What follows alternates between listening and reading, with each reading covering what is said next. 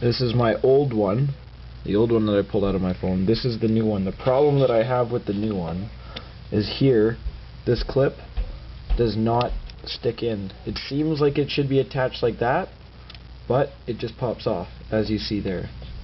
I push it down to secure it, but it does not clip in, it just pops off again. The old one does clip in. The old one, it does snap into place. Maybe I can demonstrate for you here, just very quickly.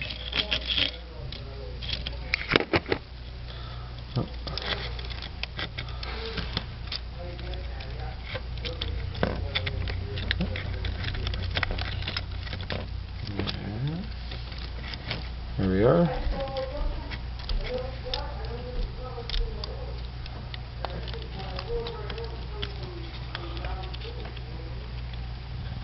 There. As you can see, when connected to the old one, here,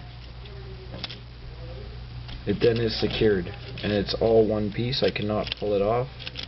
It's securely attached.